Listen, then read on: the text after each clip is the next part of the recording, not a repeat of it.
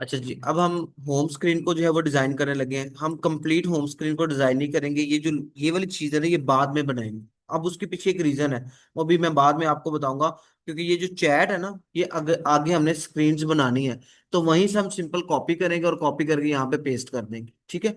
तो आज हम देखते हैं कि इस होम स्क्रीन के ऊपर हमारे पास बेसिकली दो डिफरेंट टाइप्स के डिजाइन के कार्ड आ रहे हैं, ठीक है। कार्ड के डिजाइन आप कोशिश कर लें, अपने पास एक लाइब्रेरी बना के रख लें। लाइब्रेरी से मुराद ये है कि जैसे हम कलर सेव करते हैं ना, ऐसे आप गूगल से फाइंड करके, बिहेंड से, ड्रिबल से फाइंड करके कुछ जेनेरिक कार्ड्स के डिजाइन जो है ना वो अपने पास रख लें। और जब आपको फ्री टाइम मिले आप उन कार्ड्स के डिजाइन को बना के रख लें।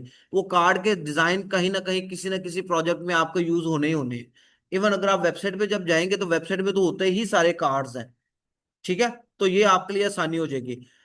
हम सबसे पहले ये वाला कार्ड बनाते हैं जिसके अंदर अपकमिंग इवेंट्स। अब इसमें सबसे इंपॉर्टेंट चीज क्या है?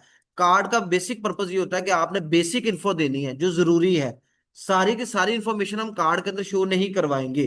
बाकी हम कहेंगे जब आप इस पे क्लिक करोगे तो देन इसकी डिटेल स्क्रीन आएगी जिसके ऊपर इसकी कंप्लीट डिटेल आपके पास मौजूद होगी, ठीक है। तो ये कार्ड एज अ सीटीए काम करते हैं मोबाइल एप्स के अंदर। इवन वेबसाइट के अंदर भी एज अ सीटीए काम करते हैं। वेबसाइट में क्या होता है कि हमारे पास, क्योंकि हम बड़े फ्रेम पे लैपटॉप पे यूज कर रहे होते हैं वेबसाइट को, जब उसके ऊपर हम कर्सर लेके जाते हैं तो डिफरेंट एनिमेशंस वगैरह परफॉर्म हो रही है। कभी वो यू पॉपअप हो रहा होता है, कभी उसका कलर चेंज हो रहा होता है, कभी वो थोड़ा सा ऐसे हिल रहा होता है, वो फ्लिप कर रहा होता है। तो ये डिफरेंट एनिमेशन होती है। मोबाइल में हम इस तरह नहीं कर सकते क्योंकि मोबाइल में हमने टैब के साथ उस चीजों को क्लिक करना है, ठीक है। तो ये वाला कार्ड है, इसके अंदर सबसे पहले उस इवेंट का नेम आ रहा है। आप काउंट कर ले आपको कितनी टेक्स्ट लेयर चाहिए, एक साथ हम टेक्स्ट लेयर क्रिएट कर लेंगे। सबसे पहले इवेंट का नेम आ रहा है।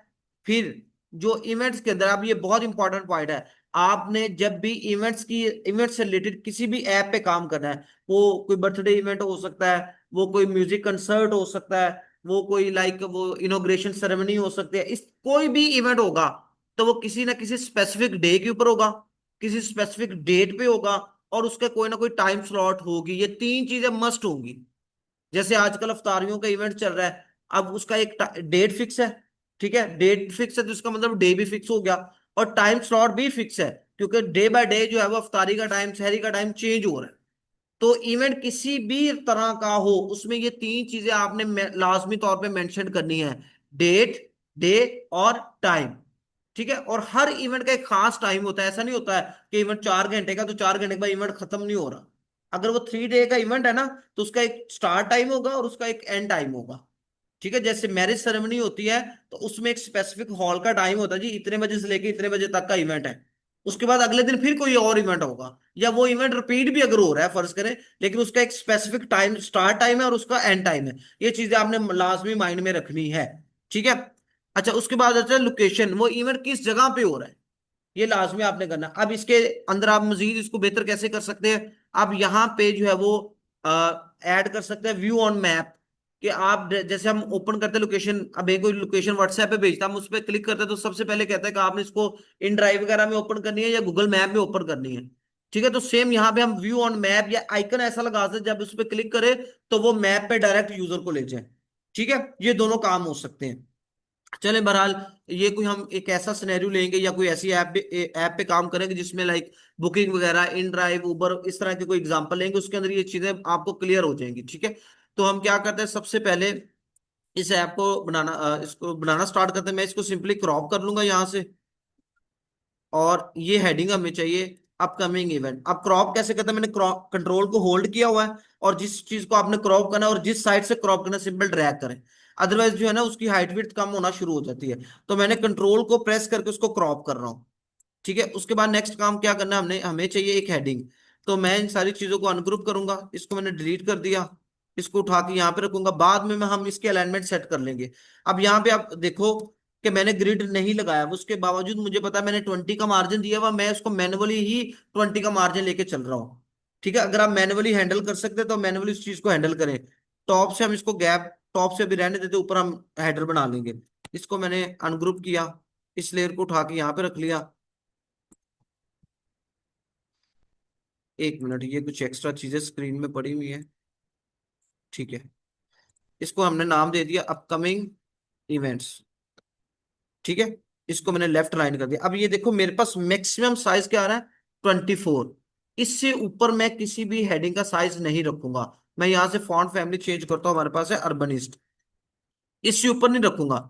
ऑन बोर्डिंग पे, क्योंकि वो स्पेसिफिक 3 4 या 5 या 6 स्क्रीन होती हैं, उनमें आप कोई भी लॉजिक यूज कर सकते हैं, फॉन्ट साइज इंक्रीज कर सकते हो, डिक्रीज कर सकते हो।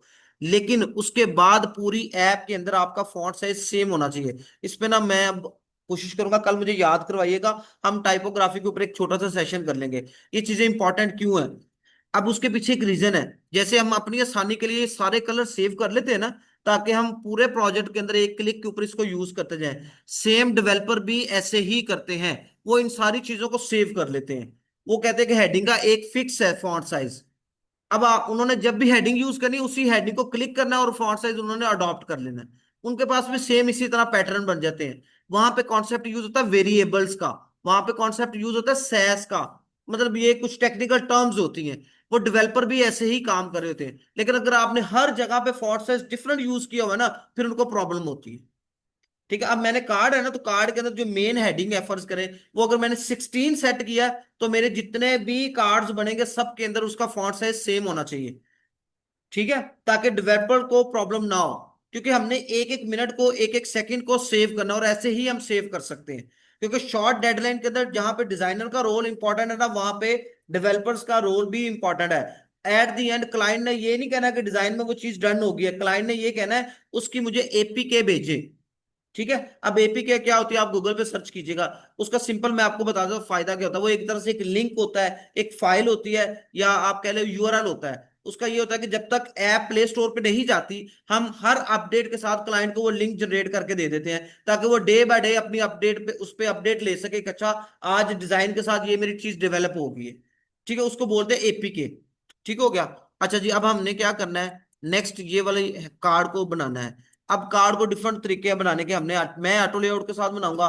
और मैं कोशिश करूंगा इसका कंपोनेंट बना लूंगा, अगर ये मल्टीपल टाइम रिपीट हो रहा है तो। अगर ये सिंगल टाइम कार्ड आ रहा है तो फिर मैं ऑटो लेआउट बना के छोड़ दूंगा। लेकिन अगर ये रिपीट होगा तो मैं इसका कंपोनेंट बनाऊंगा। इन केस क्लाइंट कहता है यहाँ पे व्यू ऑन मैप की लोकेशन डाल, वो ऑप्शन डाल दो, तो अगर ये कंपोनेंट होगा तो मैं एक जगह पे चेंज करूंगा, हर जगह पे ऑटोमेटिकली अपडेट हो जाएगा। ठीक है, तो हम क्या करते हैं, इस कार्ड को बनाते हैं। सबसे पहले मुझे एक चाहिए रेक्टेंगल। मैंने एक रेक्टेंगल ड्रॉ कर ली। इसका साइज मैंने अपनी मर्जी से सेट कर लिया 60। हम बाद में इसका साइज कम ज्यादा भी कर सकते हैं। अब यहाँ पे मैंने इसको बॉर्डर रेडियस दे दिया 10 का। नेक्स्ट काम हमने क्या करना है, हमें चाहिए ये वाली हेडिंग, उसके बाद ये डेट और नीचे लोकेशन का आइकन चाहिए। मैंने इसी को कॉपी किया, कॉपी करके इसका फॉन्ट साइज मैं कम कर दूंगा। लेट्स सपोज मैंने कर दिया 18। और अब ये देखो फॉन्ट, सॉरी, लाइन हाइट कैसे फाइंड करते हैं, मैं दोबारा रिपीट कर रहा हूँ, इसको मल्टीप्लाई कर देंगे 1.2 के साथ, तो ये लाइन हाइट बन रही है 21.6। तो मैं इसकी लाइन हाइट क्या करूंगा, मैं या तो 22 करूंगा, या मैं 20 कर लूंगा, या 18 भी यूज कर सकता हूँ, ताकि इवन नंबर के अंदर ही रहे इसकी लाइन हाइट। तो मैंने इसकी लाइन हाइट 20 कर दी। अब आपने ब्रेक नहीं करना, एंटर प्रेस करके कभी भी टेक्स्ट को इस तरह ब्रेक नहीं करना। अब देखे, मैं एंटर प्रेस करूँ, टेक्स्ट ब्रेक होकर नीचे आ रहा है, ये काम आपने नहीं करना। चाहे आप कल को डेवलपमेंट करें, चाहे आप जो है वो डिजाइनिंग में ही आगे कंटिन्यू करें, आपने एंटर को प्रेस करके कभी भी टेक्स्ट को छोटा बड़ा नहीं करना। आपने सिंपल यू ड्रैग करना है, और ये वाले काम भी नहीं करना, इस तरह ड्रैग नहीं करना टेक्स्ट को। ठीक है, ये बेसिकली लाइन हाइट है। ये देखो, ये उसकी लाइन हाइट आ रही है। टेक्स्ट की कोई हाइट नहीं होती, उसकी लाइन हाइट होती है, ये चीज याद रखनी है। हाइट हमेशा किसी शेप की हो सकती है, किसी कार्ड की हो सकती है, किसी कंपोनेंट की हो सकती है, इनपुट फील्ड की हो सकती है। टेक्स्ट की हाइट नहीं होती, टेक्स्ट की हमेशा लाइन हाइट होती है। ठीक है। अच्छा जी, अब नेक्स्ट काम क्या करना, इसी को मैं ड्रैग करके नीचे रखूंगा। और मैंने इसका फॉन्ट साइज और डिक्रीज कर दिया, मैंने कर दिया 14। यहाँ पे मैंने कर दिया रेगुलर, और लाइन हाइट मैंने सेम ही रहने दी। ठीक है, अगर 14 को आप 1.5 के साथ मल्टीप्लाई करोगे तो आपकी लाइन है 21 बनेगी। मैंने पहले कहा था दोनों लॉजिक यूज कर सकते हैं, 1.2 के साथ मल्टीप्लाई करें या 1.5 के साथ मल्टीप्लाई करें। ठीक है, उसके बाद मैं क्या करूंगा, इसका कलर चेंज कर दूंगा। और इसके अंदर हमने क्या लिखना है, सबसे पहले इसका नेम चेंज कर देते हैं, नेशनल म्यूजिक फेस्टिवल। और ये हो रहा है मंडे वाले दिन, December 25। ठीक है,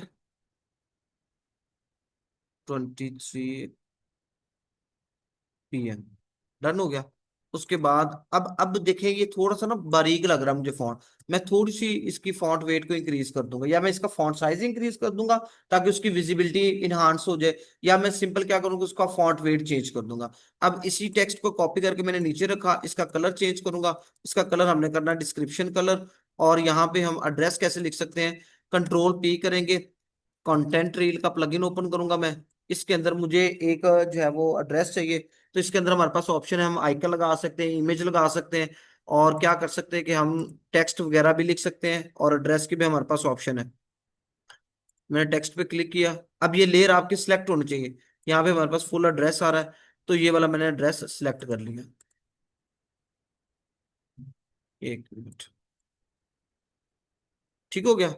अब मुझे चाहिए एक आइकन, तो कंट्रोल पी करूंगा, आइकन प्रो, या सिंपल हम एसेट्स में सर्च करते हैं, हमारे पास जो आइकन्स पड़ी हुई लाइब्रेरी अगर उसमें हमें मिल जाता है लोकेशन का आइकन, तो हम वहां से लोकेशन का आइकन उठा लेते हैं।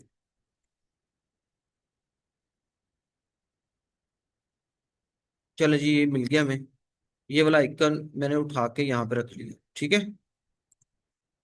इस आइकन को हमने आर्टबोर्ड के अंदर लिया है।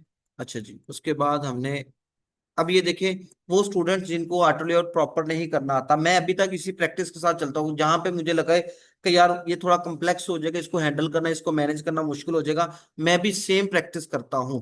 अब ये देखिए, इसकी लाइन हाइट कितनी है, 20 है। इसकी लाइन हाइट या इसकी टोटल हाइट कितनी है, 24। इन दोनों को प्रॉपर अलाइन करने के लिए मैं उसका साइज कम कर दूंगा, ताकि जो है वो प्रॉपर टेक्स्ट और आइकन अलाइन हो जाए। फिर इन दोनों को हम क्या कर देंगे, ऑटो लेआउट में कन्वर्ट कर देंगे।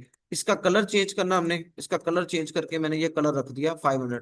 अब ये देखिए, डिस्टेंस आपको अच्छा खासा गैप नजर आ रहा है यहाँ पे, ठीक है। इस गैप को हमने क्या करना है, कम कर देना। इस गैप को मैं कम करके कर दूंगा 8, ठीक है। मजीद भी आप कम कर सकते हो, 4 भी कर सकते हो, ताकि वो प्रॉपर नजर आए।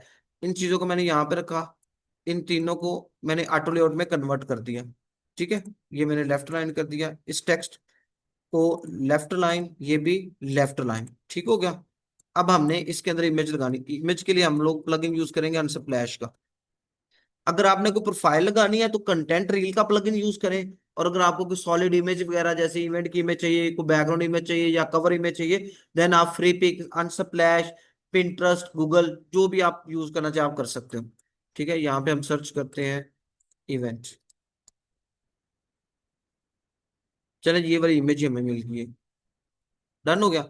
अब हमने इन तीनों लेयर्स को ऑटो लेआउट में कन्वर्ट किया हुआ था, इसको और इस रेक्टेंगल को सिलेक्ट किया और इनको ऑटो लेआउट में कन्वर्ट कर दिया, और इनके दरमियान जो गैप है मैं 12 का या 16 का रखूंगा, ठीक है। 20 का गैप बहुत ज्यादा हो जाता है। अब ये देखिए, ये कार्ड हमारे पास बन गया। अगर मैं इसको लेफ्ट राइट सेंटर में करूंगा तो 25 और 24 का गैप आ रहा है, लेकिन अभी स्टिल मैंने ये वाला डिजाइन बनाना है, इसको लेफ्ट राइट से पैडिंग देनी है।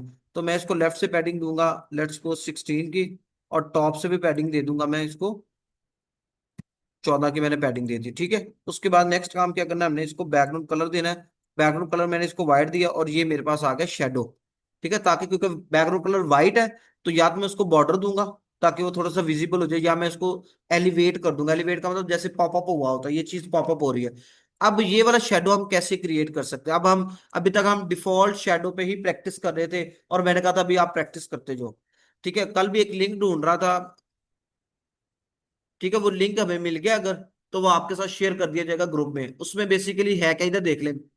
आपने क्या करना है, इस पे क्लिक करना है, ये हमारे पास शेडो की सारी सेटिंग्स है। यहाँ से ये डिफरेंट टाइप के आप इफेक्ट्स लगा सकते हैं, इनर शेडो लगाना है, लेयर को ब्लर करना है, बैकग्राउंड को ब्लर करना है, नॉइज को ब्लर करना है, और नॉइजी इफेक्ट लगाना है, टेक्सचर इफेक्ट लगाना है, या ग्लासी इफेक्ट लगाना है, ठीक है। ये सारी ऑप्शंस है, अब हम आने वाले सेशन में इनको कवर अप करेंगे। ये बेसिकली सेटिंग्स है। अब यहां से समझ लें कि ये एक्स एक्सिस है हमारा लेफ्ट टू राइट, ये वाई एक्सिस है टॉप टू बॉटम शेडो, ये है ब्लर, यानी कितना शेडो आपका फैला हुआ नजर आएगा, ठीक हो गया। अच्छा जी, मैं क्या करता हूं, यहां से मैं थोड़ी सी वैल्यू इसकी चेंज करूंगा, या मैं यही वैल्यू रहने देता हूं, ठीक है। और यहां पे मैं ब्लर की वैल्यू इंक्रीज कर देता हूँ, लेट्स सपोज मैंने 14 कर दी, या 60 या 20 तक कर देता हूँ। और यहां से आपने क्या करना, अपना ब्रांड का कलर सेलेक्ट करना है। ब्रांड का कलर हमारे पास कौन सा, ये वाला कलर है, और इसकी ओपेसिटी को हम कम कर देंगे, सिंपल, या इसकी थोड़ी सी ओपेसिटी को इंक्रीज करेंगे। तो ये हमारे पास जो एक नाइस सॉफ्ट सा लाइट सा शेडो बन गया, ठीक है। अगर नहीं नजर आ रहा, मजीद हम इसके साथ इसकी सेटिंग्स के साथ प्ले कर सकते हैं ताकि वो प्रोमिनेंट हो जाए। ठीक है, मैं इसकी वैल्यू इंक्रीज कर देता हूँ। ये इंक्रीज कर दिया, इसकी वैल्यू थोड़ी सी इंक्रीज कर दी। अब थोड़ा सा प्रोमिनेंट हो रहा है वो शेडो। उसके बाद हमने क्या करना है, इसके ऊपर जो है वो बॉर्डर रेडियस लगाना है। तो यहाँ पे मैं बॉर्डर रेडियस लगाऊंगा 10। अब ये देखिए, मैंने इसको भी बॉर्डर रेडियस दिया 10 और कार्ड को भी दे दिया 10। अब बेस्ट प्रैक्टिस ये है कि आप एक तरह का वो कॉर्नर रेडियस यूज करें। और अगर आपने डिफरेंट यूज करने हैं तो ये माइंड में रखें, 4 के मल्टीपल पे या 8 के मल्टीपल पे आपने चलना है। या आप 4, 8, 12, 16 ये रेशियो रखेंगे, या अब 8, 16, 24, 32 एंड सो ऑन ये वाली रेशियो रखेंगे। ठीक है, अब मैं ये शॉर्टकट यूज करके करवा रहा हूं, लेकिन आपने इन चीजों पे स्टिक रहना है। फॉन्ट साइज आपने 8 के मल्टीपल पे इंक्रीज करना है, यानी सबसे छोटा फॉन्ट होगा 8, 16, 24, 32। ये वेबसाइट में मोस्टली एप्लीकेबल होते हैं। इसी तरह से आपने क्या करना है, बॉर्डर रेडियस भी या 4 के मल्टीपल पे इंक्रीज करना है या 8 के मल्टीपल पे इंक्रीज करना है। अच्छा जी, उसके बाद हम क्या करेंगे, इसका साइज थोड़ा सा रिड्यूस कर देंगे, हमें चाहिए 390। तो यहां से मैं मैनुअली या सिंपल ड्रैग करके क्या कर सकता हूँ, उनका उसका साइज जो है वो सेट कर सकता हूँ। तो ये हमारे पास जो है वो सिंपली एक कार्ड बन चुका है।